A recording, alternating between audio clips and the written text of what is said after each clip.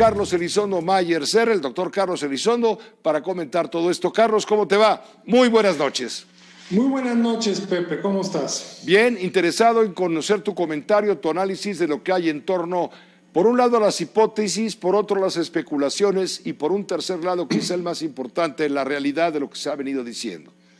Pues la realidad siempre es complicada, pero tratemos de agarrarla. Lo primero, Pepe, si vamos a irnos a la realidad, recordemos cómo ha cambiado el discurso del presidente. Él arrancó diciendo que estaban en todo su derecho el día que le avisaron, que estaban en todo su derecho de apresarlo, que era una muestra de que México había sido un narcoestado, que iba a despedir a todos los que habían trabajado con Cienfuegos. En fin, su pecho no fue bodega y dijo todo lo que tenía en la cabeza. Luego fue cambiando. El presidente no le gusta cambiar y no es que se lo hayan explicado nada más, le han de haber dado muchos detalles de lo que implicaba en la relación con el ejército mexicano, del cual tanto depende una reacción como esa. Y entonces instruyó a su secretario, no sabemos con qué negociación, porque se ha negado que haya sido la permanencia de los agentes de la DEA en México, el acuerdo de cooperación en materia de lucha contra el narcotráfico, pudo haber sido eso o algo más, para recuperar la iniciativa y la capacidad de ser nosotros quien juzgara al general Cienfuegos, que si lo vamos a juzgar o no, voy a hablar de eso más adelante, pero de que de saque no había confianza, Pepe, pues no había, porque si hubiera habido, nos hubieran avisado con tiempo.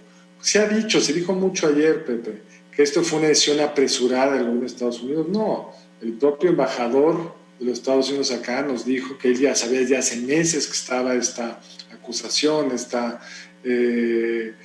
proceso en contra del general Cienfuegos. Estaban esperando a que pasara en Estados Unidos y lo apresaran.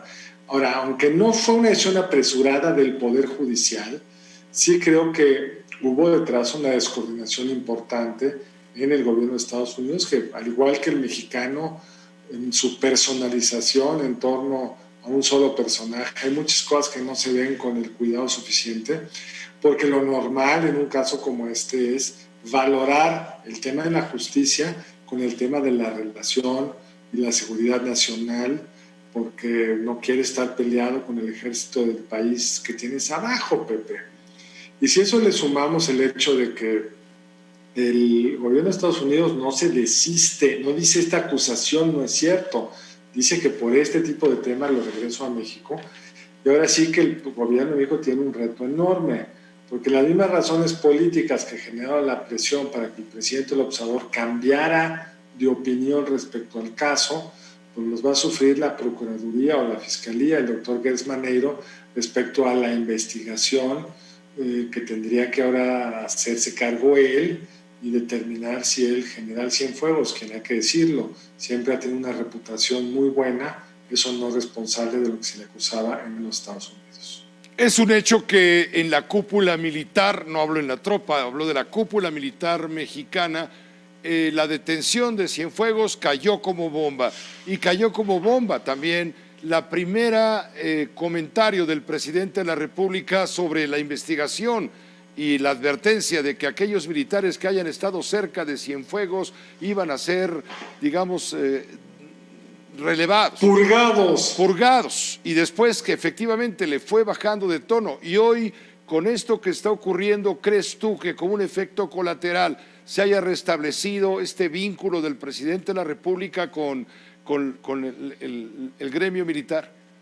Primero, Pepe, no creo que se haya roto. Los militares en México son muy institucionales, lo han sido desde hace décadas y son además muy educados, muy prudentes, pero han de haber transmitido la información al presidente López Obrador de una forma, insisto, cuidadosa y prudente, y yo creo que en la reacción del presidente, en el cambio de tono y en el propio hecho de que se encuentra allá el general de México, pues debe haber un regreso a la normalidad, no sé si cordialidad, pero la normalidad en un vínculo que le ha sido al presidente muy importante, porque recordemos que el presidente como candidato dijo dos cosas muy importantes. La primera, Pepe, ¿te acuerdas cuando dijo que el ejército había que desaparecerlo? Porque un país como México no necesitaba ejército, que había que usar esos esfuerzos para seguridad nacional, no para seguridad pública, sí. Y luego también nos dijo que iba a desmilitarizar la seguridad pública y al final de cuentas no hay un gobierno contemporáneo en la historia moderna de México de la Segunda Guerra Mundial para acá que haya dependido tanto del ejército en materia de seguridad, porque al desaparecer la Policía Federal, lo que hizo es poner todas sus canicas bajo una secretaría, la Secretaría de la Defensa, que es la que lleva el control de la Guardia Nacional, que no es más que un apéndice, un cuerpo especializado del Ejército Mexicano.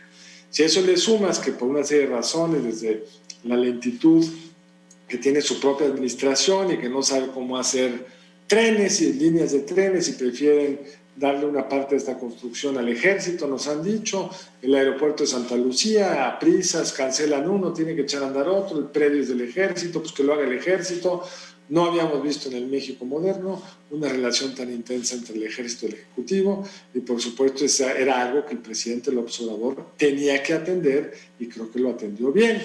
Pero el problema no ha terminado. Como bien reportaste, Pepe, pues tenemos o tendremos una serie de presiones de los demócratas fundamentalmente, que el 20 de enero recuperan la presidencia para saber qué pasó con este caso, cómo fue atendido el proceso, el procedimiento con la información que se nos compartió, porque en la lógica de esos funcionarios de Estados Unidos, el general Cienfuegos es responsable o presunto responsable de una serie de delitos que deberían de ser perseguidos en México, sí. Y ahí es donde vamos a ver cuál es la capacidad que tendrá el fiscal para uno analizar con toda objetividad estos datos y en caso de que no fuera motivo de una orden de aprehensión, explicarlo muy bien, Pepe, porque ahí el caso no se ha cerrado.